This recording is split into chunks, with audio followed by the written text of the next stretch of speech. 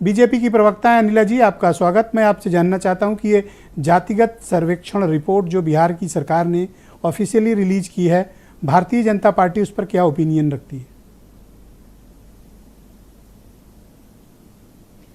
मेरी सबको राम राम।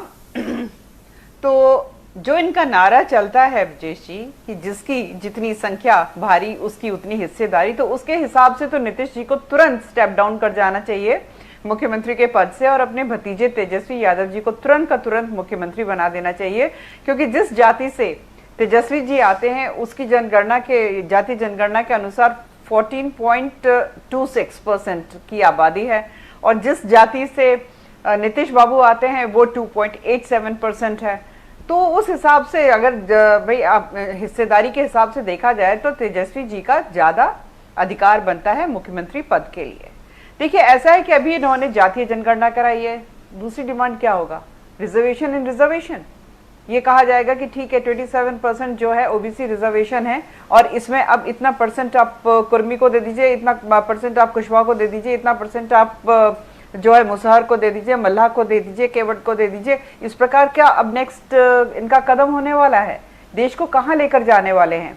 और ये बेहद इमोटिव इशू होने वाला है और इसका पॉलिटिसाइजेशन ऑलरेडी हो चुका है और इसको केवल और केवल राजनीति के लिए इस्तेमाल किया जाएगा।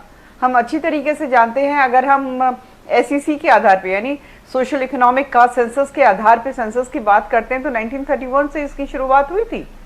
और जब उससे पहले जो एक कास्ट सेंसस कमिश्नर थे श्रीमान ईट्स, उन्होंने कहा था कि भाई ये जो कास्ट सेंसस है ये बहुत ही ज्यादा एक टेढ़ी खीर है, बहुत इम्पॉसिबल सा है। तभी 1951 में इम्पॉसिबल तो नहीं है, बिहार ने वो करके दिखा दिया है। आपका विरोध किस मुद्दे पर है? जातीय जनगणना नहीं होगी। इसका विरोध आप किस मुद्दे पे करती हैं? अब जब बिहार ने तो इसको करके दिखा दिया। नहीं, देखिए बात विरोध की नहीं है ब्रजेश जी, बात विरोध की नहीं है।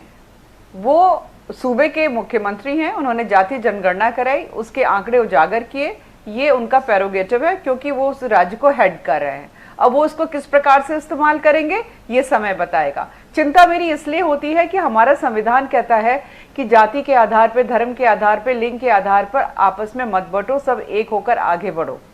कोई छोटा नहीं है, कोई बड़ा नहीं है, सब लोग बराबर हैं।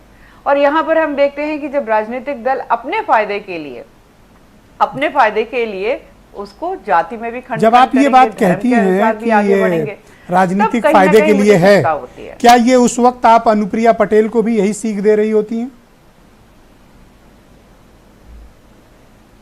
अनुप्रिया पटेल जी हमारी अलाइड पार्टनर हैं, ठीक है, उनका अपना राजनीतिक दल है, उनकी अपनी सोच है, अपनी विचारधारा है, उनको हम डिक्टेट नहीं कर सकते हैं।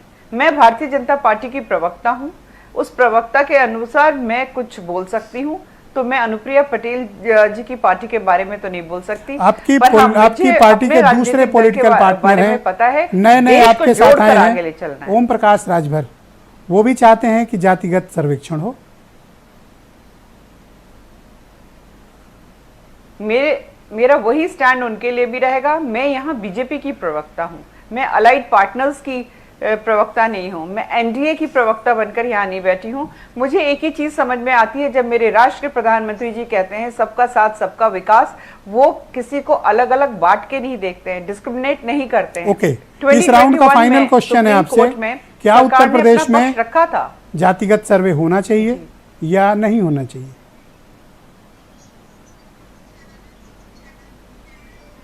मैंने कहा ना कि चाहे कोई भी सूबा हो, चाहे वो उत्तर प्रदेश हो, उत्तराखंड हो, तेलंगाना हो, कर्नाटका हो, अगर सूबे का मुखिया उनको लगता है कि नहीं हमें जातीय जनगणना करानी चाहिए तो वो बिल्कुल कराएं साहब, कोई नहीं रोक सकता उनको। तो चाहे वो उत्तर प्रदेश का विषय हो और चाहे वो मध्य प्रदेश का विषय हो। शुक्रिया आपका, हमारे साथ जुड़ी रहिएगा। सुनील साजन, समाज